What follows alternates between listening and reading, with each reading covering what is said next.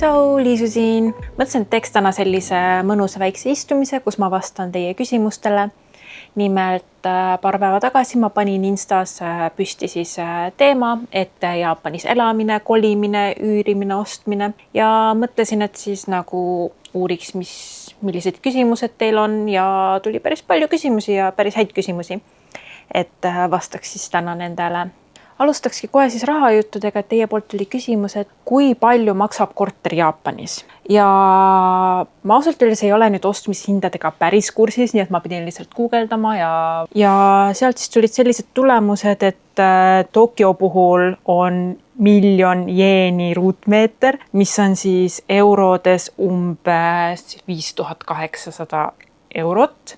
Ma ei tea, kas see on odav või kallis. Ja võrdluseks siis, et kui vaadata teisi prefektuure Tokyost väljaspool, et siis näiteks Saitama prefektuur või Chiba prefektuur, siis seal on see vähem kui pool sellest summast, et nagu poole odavam kui Tokyos. Aga muidugi Tokyos ka see sõltub asukohast väga palju.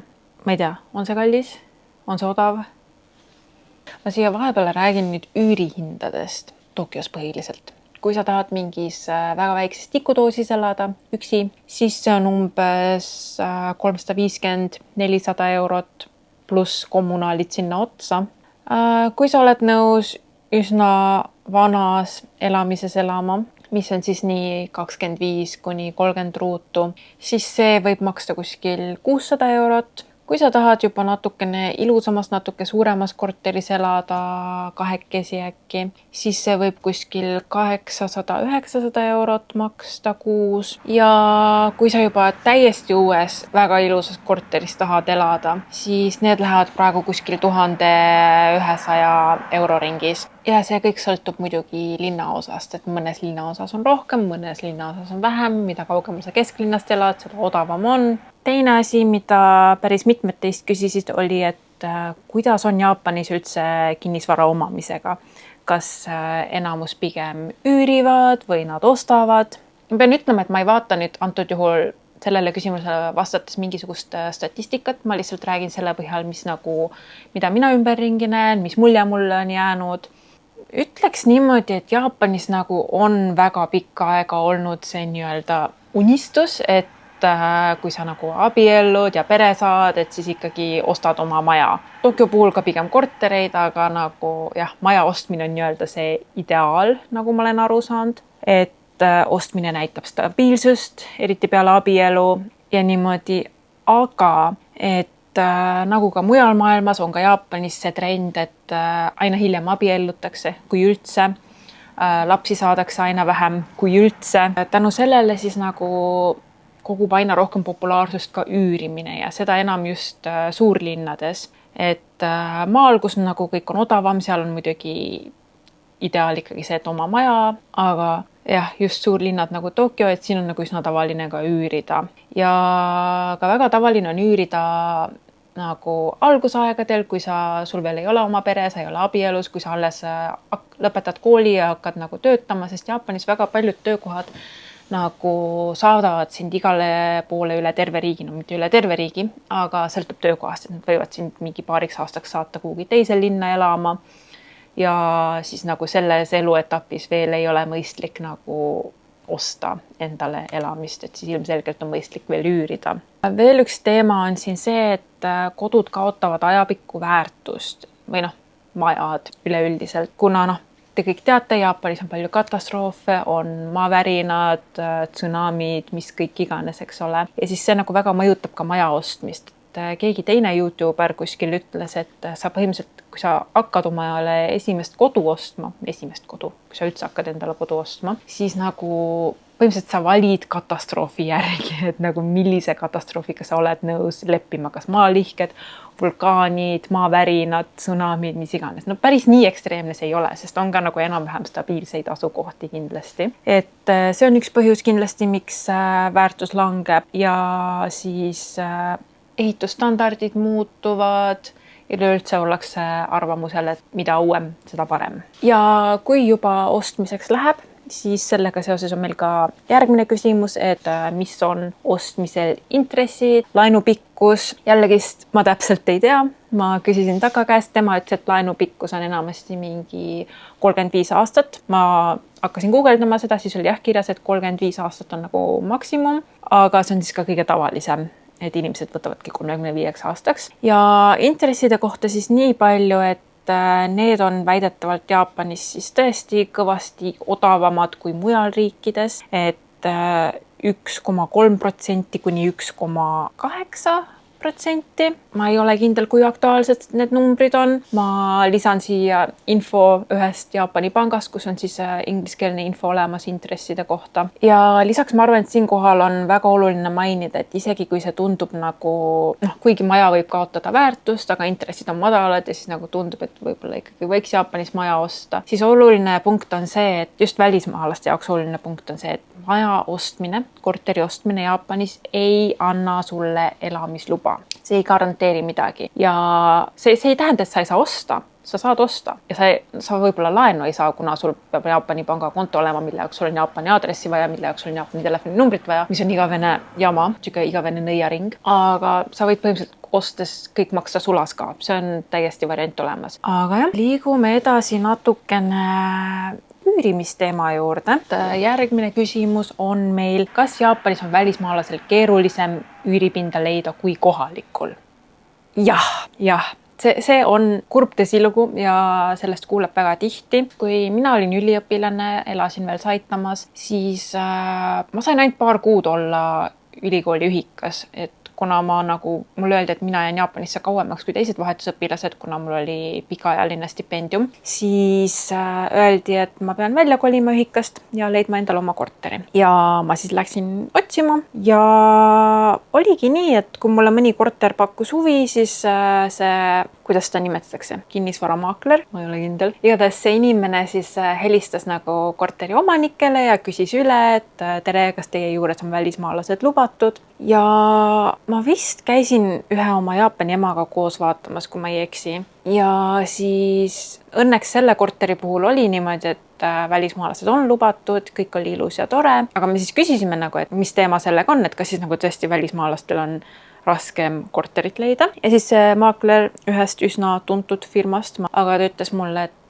kuna ma ei ole ühest teatud rahvusest, teatud Aasia rahvusest, et siis see on okei. Et siis on nagu võimalus, et mind võetakse, isegi kui ma välismaalane olen. Ja põhjus on nimelt see, et väga palju, mul ei ole nagu fakte, et seda kinnitada, see on lihtsalt mida mulle nagu öeldi, et põhjus, miks sageli omanikud ei taha välismaalasi oma korteritesse võtta, on see, et kuigi leping on näiteks ainult ühele inimesele, siis reaalsuses elab seal sees mingi 5-6 inimest kambakesi, eks ole, et nagu see ei ole tegelikult lubatud. Ja siis sellest tekib nagu igasugu probleeme. Ja teine probleem on kindlasti keelebarjäär, et kui mingisugused probleemid tekivad, korteris midagi katki läheb, kas või näiteks oletame, tuleb taifuun, kõva tuul, midagi lendab sul aknasse, aken läheb puru ja välismaalane ei oska sul suhelda, nagu ei oska kommunikeerida neid probleeme, eks ole. Et keelebarjäär on nagu mõnes mõttes arusaadav, et nagu okei, sa saad muidugi Google Translate'i kasutada, ideaalis jah, aga see on kindlasti väga tüütu protsess, ma usun, ja kuna tegu on siiski nagu rahadega, siis nagu sa ei taha mingit riski võtta, eks ole. Ja seoses riskide võtmisega see viib siis kolmanda põhjuseni, et on välismaalasi väidetavalt, kes lihtsalt kaovad ära, et nad tulevad Jaapanisse, elavad siin mõnda aega ja nad ei lõpeta oma lepingut korralikult ära, nad lihtsalt lähevad riigist minema ja jätavad kõik maksmata ja ongi jama kaelas, eks ole. Ja kuna leidub inimesi, kes selliseid asju teevad ja need jutud liiguvad, siis tänu sellele nagu tekibki välismaalastel selline halvem maine ja siis ongi raskem üürida. Ka kui me nüüd kuskil 2 aastat tagasi käisime Takaga ühte korterit vaatamas, siis ka me vist küsisime, et kas ikkagi tõesti on see nagu probleem, kui üks meist on välismaalane, sest ma olen internetis kuulnud, et jällegist üks teine YouTuber rääkis, et nad olid ka vist üks oli jaapanlane, teine oli välismaalane ja nendel oligi raske korterit leida, kuna üks nendest ikkagi on välismaalane, eks ole. Ja siis meil öeldi, et see ei ole probleem, kui välismaalane räägib korralikult jaapani keelt, mis on nagu arusaadav. aga see ei tähenda, et välismaalastel üldse pole võimalik mingisuguseid kortereid leida. Et leidub muidugi ka firmasid, kes siis spetsialiseeruvadki välismaalastele, aga sellega on sageli see jama, et need on siis natukene kallimad, need ei ole just kõige odavamad variandid, väidetavalt. Ma ei tea, ma vaatan tavalisi firmasid üldjuhul, kuna ma otsin kõiki asju jaapani keeles, suhtlen firmadega jaapani keeles, et ma ei tea, mis olukord on siis, kui sa keelt ei oska. Ja me lähmegi siit edasi siis väga sarnase küsimuse juurde, et kas Jaapani paremäärmusliku liikuv poliitika teeb välismaalasel seal elamise üürimise raskemaks. Ja ma eeldan, et see küsimus tuli nüüd Jaapani viimaste valimistulemuste tõttu, mis välismaalasena on natukene hirmuäratavad. Paljud jaapanlased ütlevad, et nii kaua, kui sa oled korralik välismaalane, kes maksab makse, kes midagi kahtlast ei tee, räägib keelt, austab kultuuri, siis ei ole mingisugust probleemi, ei ole millegi pärast muretseda. Aga jah, leidub kindlasti inimesi, kes lähevad haibiga kaasa ja siis suhtuvad välismaalastesse ka tänu sellele halvemini. Kas ja kuidas see nüüd edaspidi muudab elamist, üürimist raskemaks, seda saame me nüüd järgnevatel aastatel näha. Ja me mõtlemegi nüüd järgmine aasta võib-olla kolida, saab näha, kas midagi on muutunud. Ma ei taha uskuda, et see väga palju muudab, sellepärast, et ikkagi see probleem on alati olnud, et välismaalastel on raske üürida. Ja teine asi on see, et Jaapanis väga palju, vähemalt meie siin Tokyos, kus me elame, kui me ringi kõnnime, me näeme väga palju kortereid, mis on tühjad. Mis tähendab, et omanikud ikka tahavad inimesi nendesse korteritesse saada, aga ühel või teisel põhjusel millegipärast keegi ei taha sinna kolida. Ja rahvast ikka väheneb, eks ole, korterite hinnad on ka tõusnud viimastel aastatel. Ma mõtlen, üürihinnad on tõusnud. Et ma tahaks uskuda, et ikkagi võetakse inimesi, et kuhugi ikka saab elama. Aga jah, kindlasti on see muret tekitav. Mulle isegi mitte niivõrd elamise pärast, kuna ilmselgelt ma olen Takaga koos, eks ole, ja temaga kuidagi ikka saab. Aga pigem tekitab see üleüldiselt muret, et kuidas inimesed tänaval suhtuvad, kuidas naabrid võivad suhtuda. Aga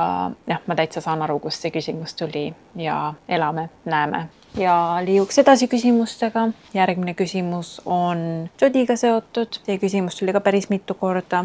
Et kuidas on koerte ja loomasõbralikkusega Jaapanis? Et kas lemmikloomadega leiab üürikorterid kergelt? Eestis väga ei leia. Ja ma ütleks, et Jaapan ei ole väga teistmoodi, et siin on ka üsna raske leida korterit koduloomaga.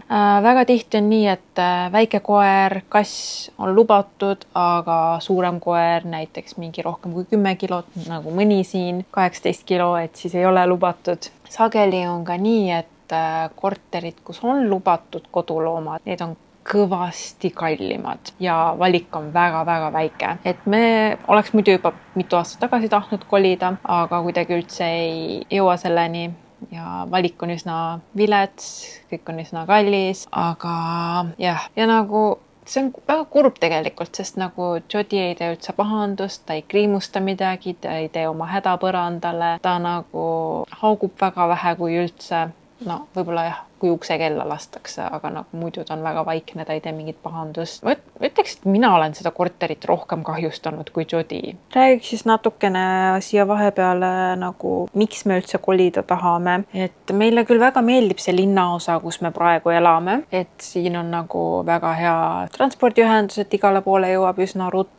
Meil on väga koerasõbralik linnaosa selles mõttes, et meil on koht, kus Jodiga jalutada. Osades linnaosades on sellega natuke keerulisem. Meil on üür üsna hea hinnaga, aga meie korter on praegu mingi 38 ruutmeetrit, mis see on okei, kahekesi koeraga, see on okei, aga tunda on, et jääb puudu just asjade mahutamisega. Natuke kitsas on, tahaks kolida suuremasse kohta. Teine asi on see, et kuna Jodi on juba 8-aastane, ta ei jää enam nooremaks, keegi meist ei jää nooremaks, aga meie korter on 4. korrusel ja ilma liftita ja siis me oleme üsna mures, et kas kaua ta jaksab nendest treppidest kõndida, et tahaks kolida kuhugi, mis on siis madalamal, aga mitte esimesel korrusel, või siis koht, mis oleks liftiga. Ja siit liigumegi siis edasi kohe järgmise küsimuseni. Mida kõige olulisemaks kriteeriumiks loete korteriotsingul? Nagu ma siis ütlesin, eks ole, et ei oleks mingit treppi, või natukene võib-olla, aga et et ei peaks liiga palju treppidest kõndima või oleks lift, eks ole. Siis kriteerium on muidugi see, et koerad lubatud oleks. Tahame, et oleks vähemalt 40 ruutu, aga ideaalis võiks rohkem olla. Oluline kriteerium on see, et ma tööle liiga kaua ei peaks sõitma. Mul on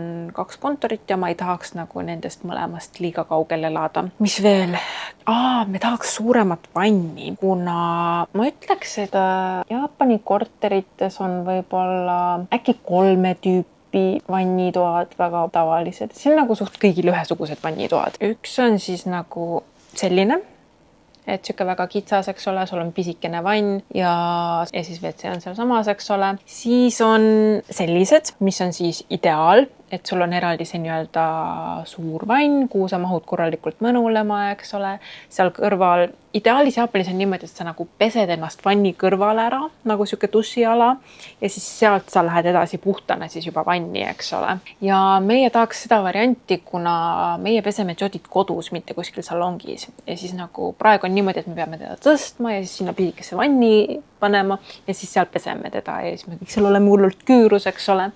Aga kui meil oleks siuke imeline vannituba, kus WC on muide eraldi, eks ole, eraldi ruumis, et seal siis oleks palju lihtsam, lihtsalt jodi, mine vannituppa, siis seal peseme teda ja kõigega ühel pool, eks ole. Ja no muidugi boonus see, et saaks nagu ise ka vannis lõõgastuda. Ja siis variant, mida eriti tihti näeb meie linnaosas, kuna on palju vanu maju, see. Ja eks ole.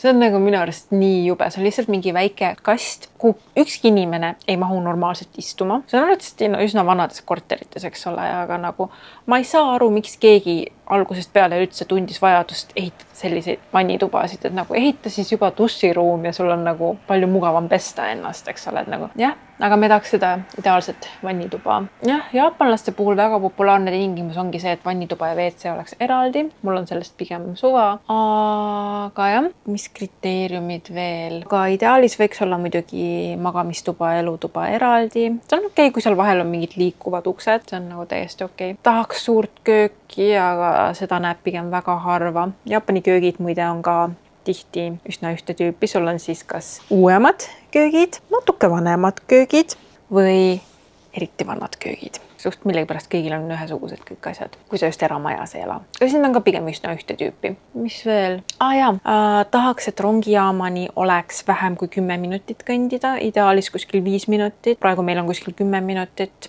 Aga see palava ilmaga on juba üsna piinarikas. Aga jah, mida kaugemal korter on rongijaamast, seda odavamaks see muidugi läheb. Ja siit võib siis nagu võtta selle järgmise küsimuse ka, et kui palju nii-öelda lääne mugavusi uues kodus soovite, otsite. Ma ei ole nüüd kindel, mis need lääne mugavused on. Esimene asi, mis mul pähe tuli, oli päikesevalgus. Kuna Jaapanis, nagu te ette kujutate võite, on majad nagu väga-väga lähedalt nagu kokku ehitatud, eks ole, et sageli on nii, et sa teed akna lahti ja sa saad juba järgmist maja puudutada, eks ole. Et ma tahaks ikka ideaalis sellist korterit, kus on hästi palju valgust, ei pea kogu aeg tuled põlema. Aga jah, päikesevalgust tahaks, et kui ma akna lahti teen, siis mul ei vaata vastu kõrvalmaja aken. Kõrvalmaja seinaga ma veel olen nõus leppima, kui valgus sisse tuleb. Aga teen lahti ja kohe on aken. Ei. Lääne mugavused ideaalis võiks olla rõdu. See on muidugi ka Jaapanis mugavus, aga jaapanlased ei kasuta rõdu väga selleks, et seal nagu istuda ja chillida ja mõnusalt end tunda, eks ole. Nad kasutavad rõdu ainult pesu kuivatamiseks põhimõtteliselt. Aga ma tahaks ideaalis natukene suuremat rõdu, kus ma siis võib-olla midagi rohelist natukene kasvataks, natukene võib-olla päikest võtaks, mõnikord, kodukontori ajal istuks rõdul või midagi. Et see on võib-olla veits lääne mugavus. Kui me juba läänest ja idast räägime, siis võib-olla võib teemaks tuua ka tatamimatid. Paljudes vanades korterites on niimoodi, et üks tuba on tatamimattidega või siis rohkem kui üks tuba on tatamimattidega.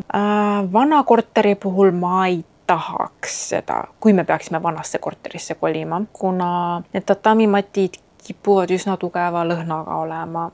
Ja ma väga kardan nagu, et kui mingi jook läheb ümber või mis iganes, eks ole, midagi juhtub, ja rikud need tatamimatid ära, et mis siis saab, eks ole. Aga kui ma peaks valima, siis ma võtaks uute tatamimattidega uuema remonditud korteri, sest see oleks päris lahe, kui üks tuba oleks nii-öelda Jaapani stiilis. Ja see ongi sageli nagu Jaapani majades niimoodi, et nendel on üks tatamituba, mis ongi siis nagu külaliste vastuvõtmiseks või midagi, eks ole. Mis on nagu päris lahe, et nagu selle vastu mul ei oleks midagi, kui need on uued. Aga ma ikka kardaks, et ma rikuks need kuidagi ära. Lääne mugavused, suurt kööki tahaks. Ja tegelikult ma ei ole kindel, kas ma isegi kasutaks seda suurt kööki, kui mul see oleks. Siis veel üks küsimus. Kuidas Jaapanis korterit kuumaga hakkama saamiseks ette valmistada? See on huvitav küsimus. Pigem küsiks, kuidas Jaapanis korterit külmaga hakkama saamiseks ette valmistada, sest nagu kuum ei ole probleem, kui sul on see õhukonditsioneer. Võib-olla jah, mägedes ja Põhja-Jaapanis nendel ei ole konditsioneeri igas korteris, igas majas. Aga Tokyos enamasti on. Ja ma usun, et lõuna pool ka, sellepärast, et ilma selleta ei ole võimalik siin lihtsalt elada. Et see peab olema. Jaapani majad ei ole ehitatud, või noh, Jaapani majad, ma ütlen nagu Tokyo oleks terve Jaapan. Tokyo ei ole terve Jaapan, samamoodi nagu Tallinn ei ole terve Eesti. Aga noh, ma kui tallinlane kipun ikka Eestist rääkima lihtsalt oma Tallinna kogemuse põhjal ja praegu ma räägin Jaapanist ainult oma Tokyo kogemuse põhjal. Okei, ja Saitama. Põhimõtteliselt Jaapani majad, Tokyo majad, on ehitatud pigem soojemate ilmade jaoks. Jah, siin on palav, aga siin vähemalt on lahendus olemas. Osad kindlasti jagavad internetis igasugu nippe, et ala, kui sa puhuri paned just selles suunas puhuma koos selle õhukonditsioneeriga ja siis tekitad selle õhu liikumise või mis iganes, eks ole, et siis on tuba veel jahedam. Ma nii palju ei mõtle. Mulle piisab sellest, et meil lihtsalt see konditsioneer on olemas, õhtul on võimalik magada, see on täitsa okei. Probleem on talvel, kuna kütet ei ole ja nagu sa ei taha aastaringselt seda konditsioneeri sees hoida, mis tähendab, et sa siis talvel tuled koju, kodu on jääkülm, vannituba on jääkülm, kõik on jääkülm, lülitad sisse, siis sa esialgu ootad, et sa läheks soojaks ja sellest ei ole küllalt, et peab veel mingisuguse ekstra väikse ahju või midagi ostma. Ma ei tea, on see ahi, see ei ole radikas, aga jah, mingisuguse väikse soojenduse ja siis istud terve aeg põhimõtteliselt selle kõrval, et sul oleks soe, et nagu Jaapani kodud on väga külmad. Vähemalt Tokyos Jaapani kodud enamasti on väga külmad. Öösel mul on mõnikord mingi 15 kraadi toas ainult, vähem isegi 13 kraadi. Osadel inimestel maakohtades on veel külmem. Et talvel meil nalja pole. Suvi enam-vähem talutav, kui sa oled võimeline elektriarvet maksma. Ja siis nüüd viimane küsimus, mis on natukene teistsugune, on siis, et kas on võimalik lühiajaliselt tööd leida ja elada seal lihtsalt nii lõbu pärast. Et see liigub nüüd kolimisjuttudest natukene küll kõrvale. Kui sa oled alla 30, sul on working holiday viisa variant. Kui sa oled üle 30, ma ei ole viisaekspert, viisade kohta kindlasti annab rohkem infot saatkond, aga nii palju kui mina tean, siis kui sa oled üle 30 working holiday'd sa ei saa kasutada, siis on variandid kas jaapanlasega abiellumine, Jaapani tööviisa või õpilasviisa.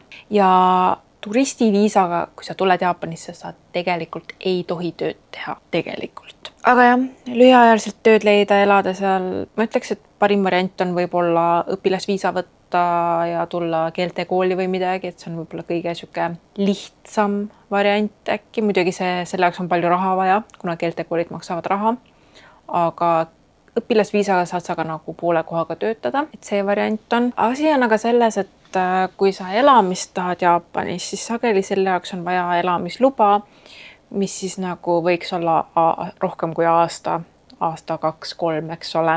Et see meeldib nagu makleritele, omanikele natuke rohkem, kui see, et sa lühiajaliselt tuled.